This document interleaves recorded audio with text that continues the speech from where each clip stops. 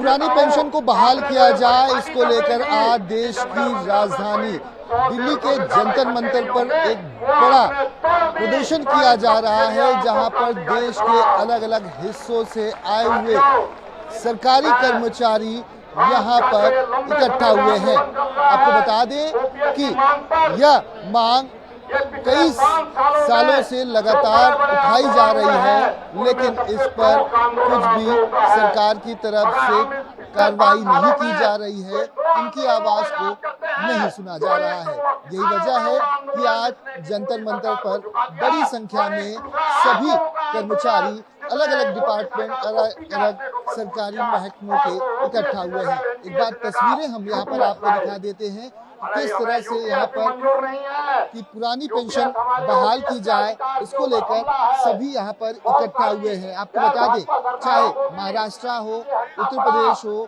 दिल्ली हो, राजस्थान हो, उत्तराखंड हो, हिमाचल हो, सभी जगहों से यहाँ पर बड़ी संख्या में ये सभी अलग अलग डिपार्टमेंट जो सरकारी महकमा है उससे जुड़े हुए यहाँ पर कर्मचारी इकट्ठा हुए हैं। जंतर मंतर पर यहाँ पर मुख्य मंच सजाया गया है, यहाँ पर बनाया गया है, जहाँ पर तमाम जो ओल्ड पेंशन स्कीम की मांग को लेकर जो यहाँ के इन सभी के लीडर हैं वो सभी इकट्ठा हुए हैं। यहाँ पर आपको बताएं कि जो हमारे साथ कर्मचारी यहाँ पर इकट्ठा हुए हैं, इन सभी से बात करेंगे, जानने की कोशिश करेंगे कि आखिर इनकी काफी समय से ये मांग है, क्यों इनकी सुनवाई नहीं हो रही है।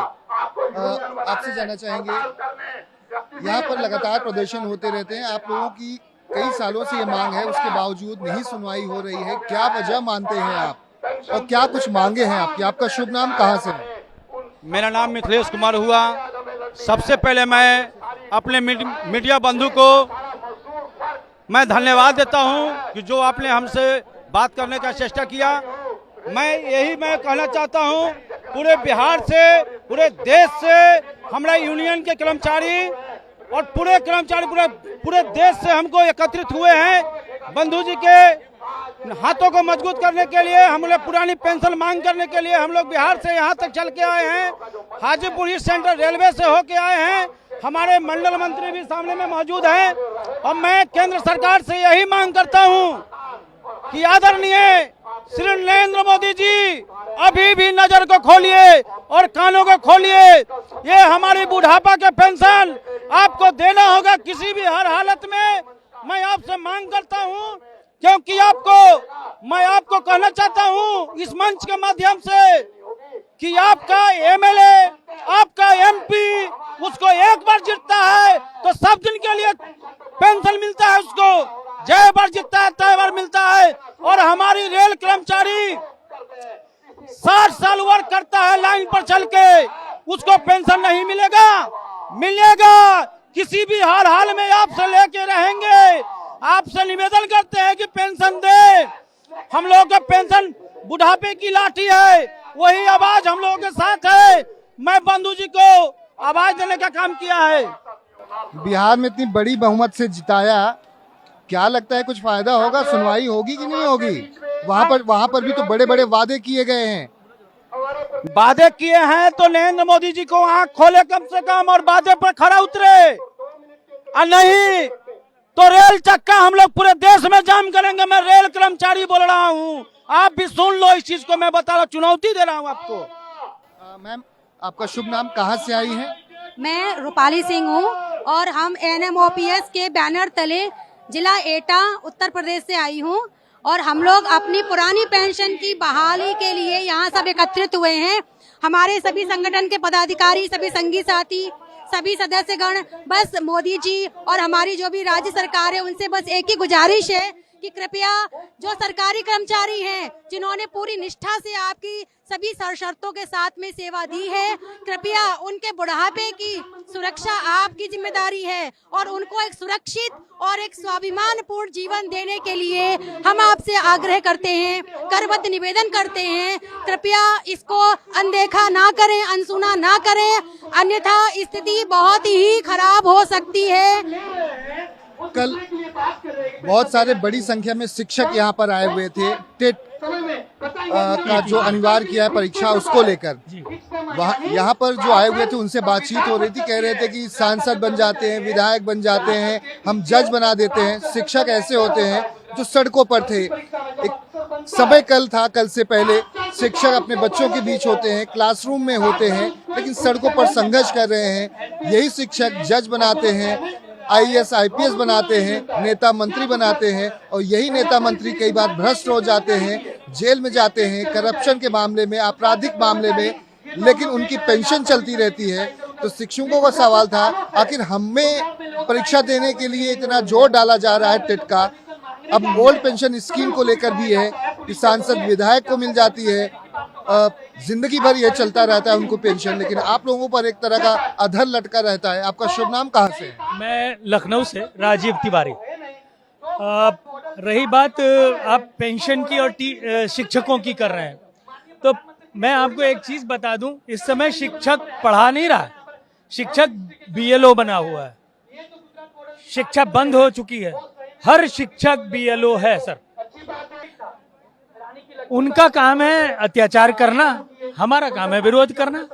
हम लोकतांत्रिक सिस्टम में रहते हैं, हम लोकतांत्रिक रूप से विरोध करेंगे, उनके हर जुल्म का विरोध करेंगे। क्या लगता है आप लोगों की मांग सुनी जाएगी? हमारे प्रधानमंत्री हैं नरेंद्र मोदी जी, आज वो धर्म ध्वजा फहराने अयोध्या गए हैं। हम उनसे आशा करते हैं कि शायद अगर धर्म के बारे में उन्होंने रामचरितमानस में पढ़ा होगा तो उसमें लिखा है, जासु राज प्रिय प्रजा दुखारी। वो वहां से शायद आज OPS की घोषणा कर दें, अगर उनके मन में अपने कर्मचारियों के प्रति प्रेम होगा तो। अन्यथा अगला कदम क्या होगा? हम लोग लड़ रहे हैं, कई सालों से लड़ रहे हैं और लड़ते रहेंगे, लड़ते रहेंगे। हाँ बस एक मेरा बिल्कुल मेरा ले।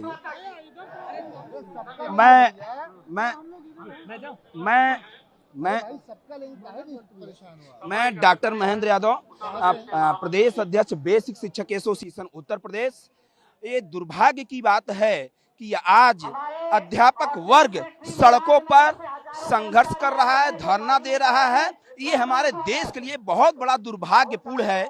आप समझिए कि 2004 के बाद हम लोग लगातार पुरानी पेंशन की मांग कर रहे हैं।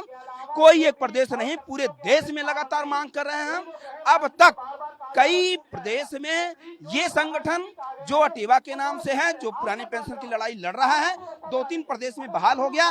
दुर्भाग्य इस बात को समझिए कि आज बेसिक अध्यापक पूरे देश में, जो आंकड़ा कल तक आया है, लगभग 22 अध्यापकों ने आत्महत्या कर लिया।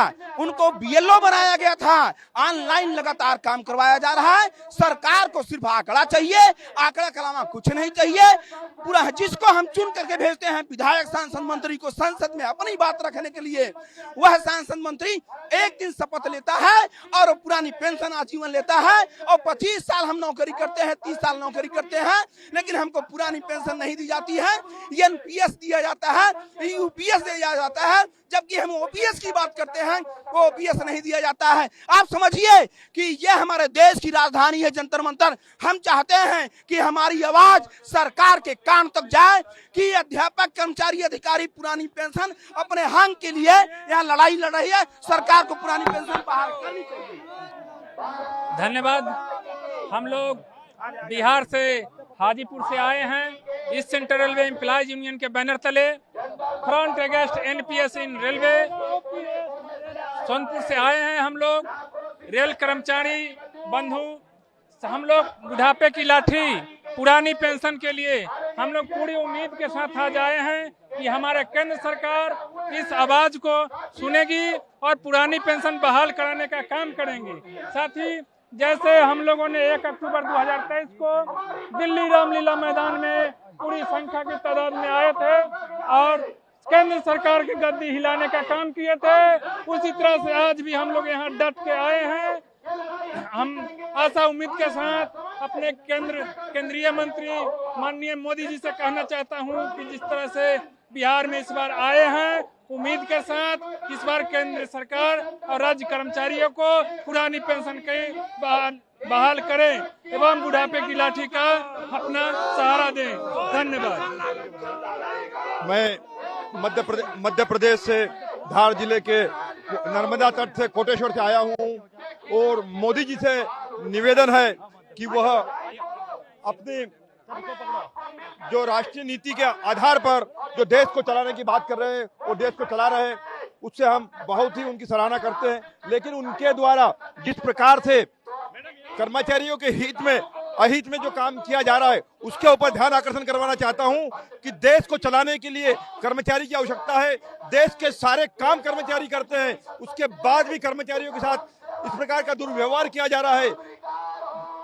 देश के कर्मचारी रेलवे, पुलिस प्रशासन, सुरक्षा के विभाग सारी चीजें वो संभालते हैं, उसके बाद भी उनके साथ अत्याचार किया जा रहा है। सांसद, विधायक, राष्ट्रपति, उपराष्ट्रपति एक बार अपना दायित्व लेते हैं, उसके बाद भी उनको पेंशन देते हैं और एक व्यक्ति को 3 प्रकार की पेंशन मिलती है। अभी हमारे पूर्व के उपराष्ट्रपति महोदय जो रिटायर्ड हुए उनको 3 पेंशन दी जा रही है, लेकिन कर्मचारियों को एक भी पेंशन, हमारे अन्य कर्मचारियों को एक भी पेंशन नहीं दी जा रही है। एक महत्वपूर्ण माननीय प्रधानमंत्री जी से निवेदन है कि देश की सरकारों को बनाने का काम कर्मचारी करता है। कर्मचारी जिस जगह पर काम करता है उस जगह के 5 मतदाताओं को परिवर्तन कर सकता है, जिस जगह पर रहता है वहां के 5 मतदाताओं को परिवर्तन कर सकता है। एक विधानसभा में 30 से 40 हजार मत से हार जीत होती है। एक विधानसभा में 5 से 6 हजार कर्मचारी होते हैं। एक कर्मचारी अगर 20 मत काटता है तो 50,000 मत परिवर्तन कर सकता है। ये धमकी दे रहे हैं क्या? धमकी नहीं है, धमकी नहीं है, मांग है हमारी। हम आपको चेता रहे हैं कि अगर इस प्रकार से कर्मचारियों के साथ व्यवहार होगा तो सरकारें बदल सकती है, सरकारें गिर सकती है। कहाँ से आई हैं? मैं मध्य प्रदेश से आई हूँ, मध्य प्रदेश के धार जिले से। और मैं चाहती हूँ कि मैं मोदी जी से सिर्फ इतना ही निवेदन करना चाहती हूँ कि मोदी जी, हम आपकी बेटियां हैं और आप बेटियों को बढ़ावा देना चाहते हो तो हमारी पेंशन आपको पुरानी ही देनी होगी। ओल्ड पेंशन जल्दी से जल्दी लागू करना होगा, क्योंकि हम जानते हैं कि हमारा बुढ़ापा आगे सेफ नहीं है और हम बुढ़ापे को हमारे लिए सुरक्षित करना चाहते हैं। हमें देश की बेटियों को सुरक्षित करना है, इसलिए हमें पुरानी पेंशन चाहिए। आप कुछ कविता सुनाने वाले हैं, कहाँ से आए हैं? आपका शुभ नाम? हम चंदौली से आए हैं, जनपद चंदौली, श्रीठोर सत्यार्थी। मैं एक पुरानी पेंशन पर कविता सुनाना चाहता हूँ, त्रुटियों की क्षमा करेंगे। एक छंद के साथ शुरू करते हैं। कैसी समस्या आई अपने जीवन पर, रिटायर बाद पेंशन नहीं मिलती है। जिसके सहारे देश कानून बनाए नित, वो भी तो 3 पेंशन पाते हैं। एक संविधान एक देश है महान भारत, काहे को ओपीएस से आप भटकाते हैं। मन की बात यदि हमें ही सुनाना है तो आप भी तो मेरी मन की बात नहीं मानते।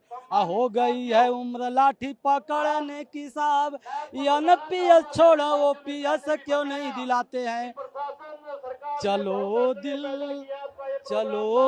दिल्ली राजधानी में अटेवा ने बुलाया है, जंतर मंतर मैदान सजाया है।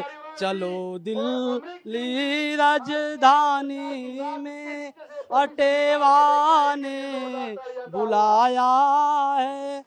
ये तमाम यहाँ पर बड़ी संख्या में कर्मचारी हैं जो लगातार प्रदर्शन कर रहे हैं और ये इनकी सालों से मांग है, उसके बावजूद इनकी सुनवाई नहीं हो रही। यही वजह है कि सरकार को लेकर ये यहाँ पर अल्टीमेटम देते हुए नजर आ रहे हैं और इसी को लेकर जंतर मंतर पर यह विरोध प्रदर्शन लगातार जारी है कि प्रधानमंत्री नरेंद्र मोदी इनकी मांगों का संज्ञान लेंगे और ओल्ड पेंशन स्कीम को बहाल किया जाएगा। कैमरामैन संजय यादव के साथ दीपक दुबे, न्यूज़ 24।